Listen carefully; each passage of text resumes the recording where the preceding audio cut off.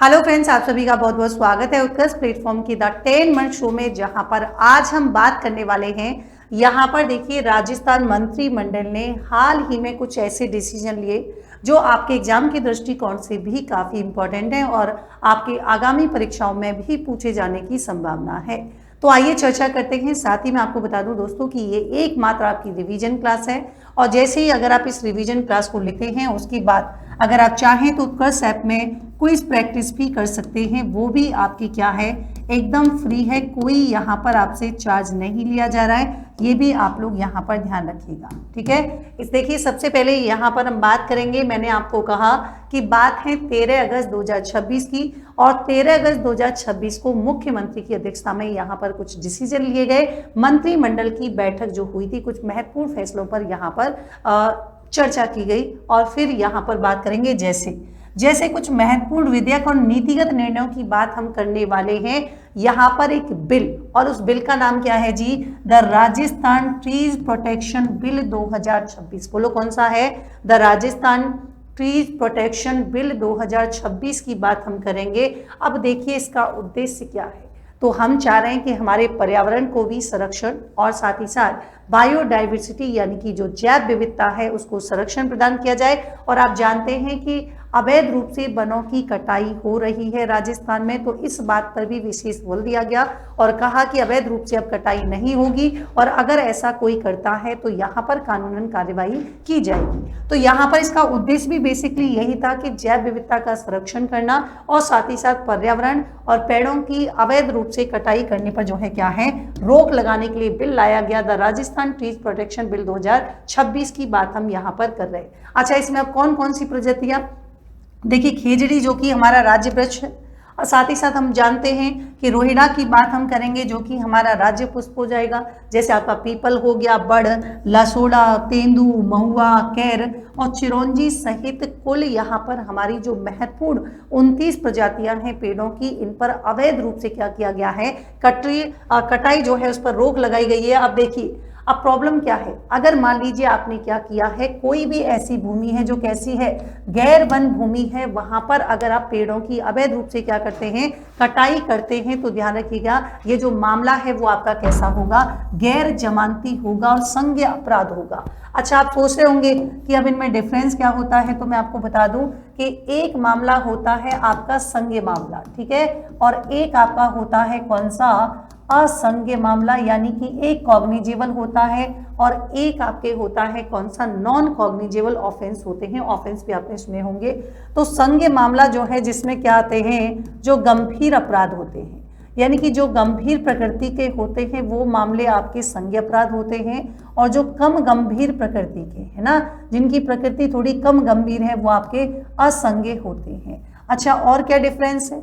Difference ये है कि ये वो मामले हैं, संज्ञेय मामले, यहाँ पर बिना वारंट के, मतलब आपको पुलिस जो है वो क्या कर सकती है, बिना वारंट के भी आपके अरेस्ट किया जा सकता है। कौन से मामलों में? जो संज्ञेय मामले होते हैं। जबकि जो असंज्ञेय मामले होते हैं, यहाँ पर पुलिस को अरेस्ट करने के लिए क्या होती है, वारंट की आवश्यकता होती है। इसका मतलब ये हुआ कि बिना वारंट के अरेस्ट वो आपको नहीं कर सकती है। नॉन कॉग्निजेबल जो यहाँ पर मामले होते हैं, यानी कि हम बात कर रहे हैं असंज्ञेय मामलों की। साथ ही साथ देखिए, ये जो असंज्ञेय मामले होते हैं ये अधिकतर बोले तो, क्योंकि कुछ मामले ऐसे भी होते हैं भले ही मामला संज्ञेय है, जैसे आप बात करेंगे दहेज वाला जो सिस्टम, दहेज प्रतिषेध अधिनियम 1961 की बात करेंगे, तो यहाँ पर कुछ मोस्टली जो है आपके क्या होते हैं, तो मोस्टली आपके गैर जमानती होते हैं। लेकिन कुछ ऐसे भी होते हैं जो मैंने आपको एग्जाम्पल दिया है, जिनमें आपकी क्या हो सकती है, तो आप कहेंगे जिसमें आपकी जमानत हो सकती है।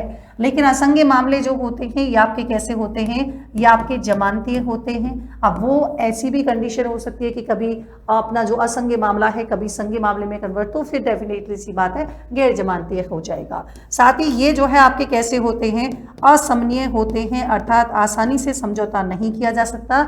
और ये जो मामले होते हैं वो सामान्यतः कैसे होते हैं, समनीय यहाँ पर मामले होते हैं। अब देखिए, वही मैं आपको कह रही हूँ कि अगर मान लीजिए कोई ऐसा व्यक्ति है जो कि गैर वन भूमि होती है और वहां पर अगर अवैध रूप से क्या कर रहा है, वनों की कटाई कर रहा है, तो ये मामला कैसा होगा, गैर जमानती, और अपराध का प्रकार कैसा हो जाएगा, संज्ञेय अपराध हो जाएगा।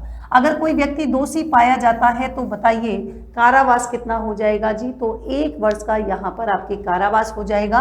और जुर्माने की बात हम करेंगे तो 1 लाख रुपए तक का क्या होगा जी, जुर्माना अथवा दोनों से इनको दंडित किया जा सकता है। बिना अनुमति पेड़ काटने पर भी आपके प्रतिबंध लगा दिया गया है कि आप बिना परमिशन के पेड़ नहीं काट सकते हैं। और अगर अनुमति आपको मिल गई है तो भी काटे गए प्रत्येक पेड़ के स्थान पर उसी क्षेत्र में निर्धारित संख्या में आपको नए पौधे लगाने होंगे। ये भी डिसीजन यहाँ पर जो है लिया गया कि भैया कंपलसरी है कि अगर पेड़ काट रहे हो तो एक जगह आपको पेड़ जो है लगाने पड़ेंगे। तो ये बात हो गई आपके कौन से बिल की, तो ये बात हमने बात की है the Rajasthan trees protection bill 2026 में जो डिसीजन ली गई। फिर आता है सेकंड बिल है हमारा the Rajasthan uniform civil code की बात हम कर रहे हैं, यानी कि समान नागरिक संहिता। आप जानते हैं कि यूसीसी की जब हम बात करते हैं ये हमारे डीपीएसपी के कौन सा है, तो आर्टिकल 44 में इसका उल्लेख मिलता है। और अगर स्वतंत्रता से पहले की बात हम करें तो स्वतंत्रता से पहले की बात हम करेंगे तो पहला ऐसा स्टेट जिसने इसको लागू किया था गोवा है।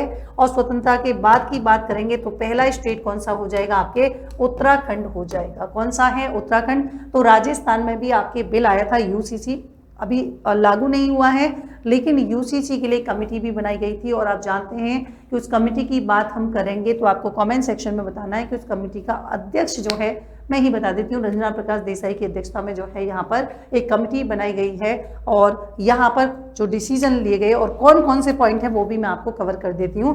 देखिए आप जानते हैं 44 में उल्लेख मिलता है रंजना प्रकाश देसाई की अध्यक्षता में अभी कमेटी बनाई गई थी। अब इसका दायरा क्या होगा, आप जानते हैं कि हमारे यहाँ पर जब हम बात करते हैं हमारे देश की न्यायिक व्यवस्था की, तो जो मामले हैं, जैसे मान लीजिए अब बात करेंगे एक सिविल मामला, एक आपके क्रिमिनल मामला।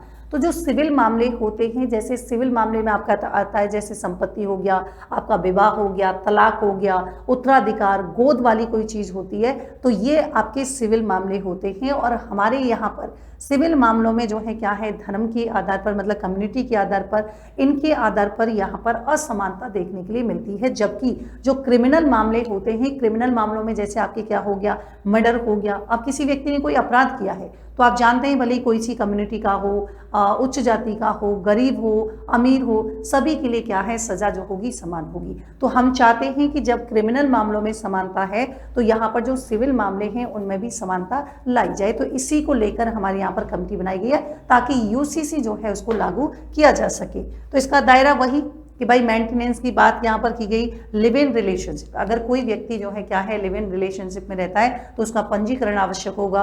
कोई विवाह करता है, तलाक करता है तो उनका भी यहाँ पर पंजीकरण करवाना होगा। और साथ ही साथ पुत्री को, यानी कि जो पिता की संपत्ति है उसमें भी आपके समान हक की बात की गई है। और देखिए जी अपवाद यहाँ पर क्या है, अपवाद ये है कि अगर हम बात करें जो हमारी शेड्यूल कास्ट हैं, यानी कि एसटी की बात हम कर रहे हैं, जो शेड्यूल जो ट्राइब हैं उनको इससे बाहर रखा गया है क्योंकि इनके ऊपर ये लागू नहीं होंगे। यूसीसी अगर लागू हो भी जाता है, मुख्य उद्देश्य क्या है, तो हम जानते हैं कि देखिए भैया समान रूप से व्यवस्थित करना है, चाहे क्रिमिनल मामला हो या सिविल मामला हो। हमको यहाँ पर ट्रांसपेरेंसी लानी है, बस हम इतना चाहते हैं। तो सभी विवाहों का 60 दिन के भीतर क्या कराना होगा जी, पंजीकरण करवाना अनिवार्य होगा। आपके जो है अब आप क्या नहीं कर सकते, बहु विवाह नहीं कर सकते, बहु विवाह पर रोक लगेगी। सभी धर्मों और समुदायों को अपनी परंपराओं जैसे सप्तपदी, निकाह, आनंद कारज, इनके अनुसार विवाह करने की क्या है, पूर्ण स्वतंत्रता है। लिव इन रिलेशनशिप के आरंभ और समाप्ति की लिखित सूचना जो है आपको या पंजीकरण अनिवार्य होगा। मतलब आप रह रहे हो तो भी करवाओ, नहीं रह रहे हो, मान लो कि आपका भाई ब्रेकअप नॉट मतलब मान लीजिए आपका नहीं बना, उनके साथ सेटलमेंट नहीं हुआ, भैया अलग हो गए, पंजीकरण जो है आपके अनिवार्य होगा। विवाह पंजीकरण में अगर आपने देरी की तो 10,000 रुपये तक, और नोटिस के बाद भी पालन न करने पर 25,000 रुपये तक बोलो क्या लगेगा जी, जुर्माना यहाँ पर लगने वाला है। उत्तराधिकार के मामलों की बात हम करेंगे तो पुत्र और पुत्री को समान अधिकार दिए जाएंगे, और यदि कोई वारिस नहीं हो तो संपत्ति जो है क्या चली जाएगी, सरकार में निहित हो जाएगी, ध्यान रखिएगा। तीसरी पॉलिसी ग्रामीण जल आपूर्ति संचालन एवं रख रखाव नीति की बात हम करते हैं तो राज्य के ग्रामीण क्षेत्रों में नल से जल की आपूर्ति को नियमित, स्वच्छ और टिकाऊ बनाए रखने के लिए संचालन और संधारण जो है नीति को मंजूरी दी गई है। और इस नीति में कहा गया कि भैया जो केंद्र सरकार का जो जल जीवन मिशन 2.0 है उसके दिशा निर्देशों और इसके सभी 19 प्रमुख घटकों को क्या है यहाँ पर शामिल किया गया है। ग्रामीण जलापूर्ति योजनाओं के प्रभावी प्रबंधन और निगरानी के लिए ध्यान रखिएगा ग्राम पंचायत, क्लस्टर समिति, ब्लॉक, जिला और राज्य स्तर पर क्या होगा, संस्थागत ढांचा यहाँ पर गठित किया जाएगा। ये इंपॉर्टेंट बात यहाँ पर की गई। कार्मिक पेंशन और कल्याणकारी निर्णय लिए गए, जैसे देखिए 1971 के जो युद्ध के जो आपके शहीद हुए थे उनके जो आश्रित लोग हैं उनको नियुक्ति यहाँ पर कैसे, देखिए बैटल कैजुअलिटी फैटल की बात हम करें, भारत पाक का युद्ध हुआ 1971 में, ऑपरेशन कैक्टस लिली चलाया गया। तो यहाँ पर जब गंभीर रूप से घायल होकर 1 जनवरी 1972 से 31 अक्टूबर 1972 के मध्य जो शहीद आपके 35 सैनिक हैं उनको बैटल कैजुअलिटी फैटल यहाँ पर घोषित किया गया है। राजस्थान मृत सशस्त्र बल कर्मियों के आश्रितों की नियुक्ति नियम 2022 में संशोधन किया गया और इनका एक जो पात्र परिजन होगा उनको क्या है जी, सरकारी नौकरी का प्रोविजन दिया जाएगा। साथ ही देखिए पदोन्नति में 2026-27 के दौरान यहाँ पर जो सरकारी कर्मचारी हैं उनके प्रमोशन के लिए क्या होगा, आवश्यक एक्सपीरियंस में 2 वर्ष की यहाँ पर छूट आपको मिल जाएगी। फिर देखिए दिव्यांग कर्मचारी जो होंगे उनको भी लाभ मिलेगा। अच्छा, राजस्थान जो दिव्यांग जन संशोधन अधिनियम है यहाँ पर जो नियम है 2026 के, तो पदोन्नति में ध्यान रखिएगा 4% आरक्षण के तहत 30 जून 2016 से नेशनल बेनिफिट देने का बोलो क्या दिया गया है, डिसीजन यहाँ पर लिया गया है।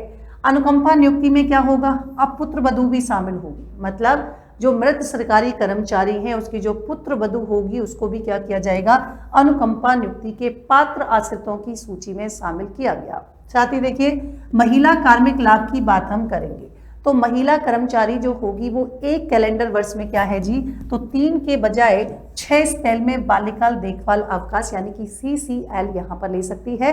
और सैरोगेसी के मामले की बात हम करेंगे तो सैरोगेट जो मदर होगी उसको 180 दिन और कमीशनिंग मदर को कितना मिलेगा भैया, 90 दिन का मातृत्व अवकाश यहाँ पर मिल सकता है, ये ध्यान रखिएगा। साथ ही उद्योगों एवं अक्षय ऊर्जा परियोजनाओं की बात हम करेंगे तो इनके लिए भूमि आवंटन की भी बात की गई। जैसे जैसलमेर का कौन सा है जी, परिवार गांव में मैसर्स अल्ट्राटेक सीमेंट लिमिटेड को लगभग कितने जो है तो 306 हेक्टेयर औद्योगिक भूमि का क्या किया गया है, आवंटन यहाँ पर बात की गई है। तो बीकानेर पुगल की बात करेंगे, जैसलमेर रामगढ़ टू फतेहपुर जो है आप फतेहगढ़, सॉरी माफ करना फतेहपुर अलग है, बाड़मेर शिव में सौर और जो सोलर विंड हाइब्रिड प्रोजेक्ट होंगे उनके लिए भूमि आवंटन यहाँ पर क्या है जी, स्वीकृत किया गया। आपको कमेंट सेक्शन में 3 क्वेश्चन देके जा रही हूँ, आपको कमेंट सेक्शन में तीनों के आंसर बताने हैं, प्लीज स्किप मत कीजिएगा, क्वेश्चन का आंसर जरूर बताइएगा। राजस्थान मंत्रिमंडल द्वारा 13 अगस्त 2026 को अनुमोदित the Rajasthan trees protection bill 2026 के संदर्भ में आपको विचार करना है और आपको बताना है कौन सा स्टेटमेंट सही होगा। इसके तहत वृक्ष खेजड़ी और राजपुष्प रोहिड़ा से कुल 29 महत्वपूर्ण पेड़ प्रजातियों की संरक्षित घोषित किया गया है। गैर वन भूमि पर आप क्या करते हैं, संरक्षित पेड़ों की अवैध कटाई करते हैं तो उसको गैर जमानती और आपके कैसा हो जाएगा, संज्ञेय अपराध यहाँ पर बनाया गया है। पेड़ काटने के दोषियों के लिए भैया देखिए 3 वर्ष का कारावास अथवा 3 लाख रुपए तक का जुर्माना या क्या दोनों का प्रोविजन किया गया है। नियमानुसार अनुमति प्राप्त कर काटे गए प्रत्येक पेड़ के स्थान पर उसी क्षेत्र में आपको निर्धारित संख्या में क्या लगाने होंगे जी, पेड़ आपको लगाने होंगे, आपको बताना है कौन सा सही है। सेकंड क्वेश्चन यहाँ पर आता है, कथन ये कह रहा है the Rajasthan uniform civil code की बात हम करेंगे, विधेयक जो 2026 आया है, एसटी और संविधान के द्वारा संरक्षित पारंपरिक अधिकारों वाले समुदायों को इसके दायरे से बाहर रखा गया। पहला कथन, कारण इसका कह रहा है कि भैया देखिए ये विधेयक संविधान के आर्टिकल 44 के जो उद्देश्य हैं उनके अनुरूप सेवानिवृत्त न्यायमूर्ति रंजना प्रकाश देसाई समिति की सिफारिशों के आधार पर तैयार किया गया है। तो क्या ये दोनों स्टेटमेंट सही है और कारण इसकी व्याख्या सही कर रहा है, या सिर्फ स्टेटमेंट सही है व्याख्या सही नहीं कर रहा है, या फिर कथन सही है कारण गलत है, या फिर कारण सही है कथन गलत है, ये आपको कमेंट सेक्शन में बताना है। फिर देखिए राजस्थान मंत्रिमंडल के 13 अगस्त 2026 की बात हम करेंगे तो कार्मिक और जो कल्याणकारी निर्णय लिए गए उनके बारे में आपके कौन सा स्टेटमेंट सही है वो आपको बताना है।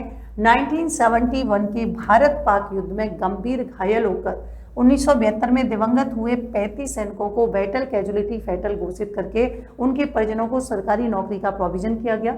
दिव्यांग कर्मचारियों को पदोन्नति में 4% आरक्षण के तहत 30 जून 2016 से नेशनल जो है बेनिफिट देने का निर्णय लिया गया। अनुकंपा नियुक्ति नियम में भी चेंज किया गया और जो अमृत सरकारी कर्मचारी होगी उसकी जो पुत्र वधू है जी, उसको भी पात्र सूची में शामिल किया गया है। सरोगेसी के मामले में कह रहे हैं कि जो सरोगेट मदर होगी क्या 180 दिन और क्या कमिश्निंग मदर की बात करेंगे 90 दिन का मातृत्व अवकाश स्वीकृत किया जाएगा। कितने स्टेटमेंट सही है कमेंट बॉक्स में जो है आप जरूर बताइएगा। मिलते हैं नेक्स्ट सेशन में एक नए टॉपिक के साथ जो आपके एग्जाम के दृष्टिकोण से काफ़ी इंपॉर्टेंट होगा। आप लोग भी कमेंट बॉक्स में बता सकते हैं अगर कोई भी टॉपिक आप पढ़ना चाहते हैं, बाकी आपके एग्जाम के दृष्टिकोण से मैं कराती रहती हूँ। तो मिलते हैं नेक्स्ट सेशन में, तब तक के लिए thank you so much, take care, good night.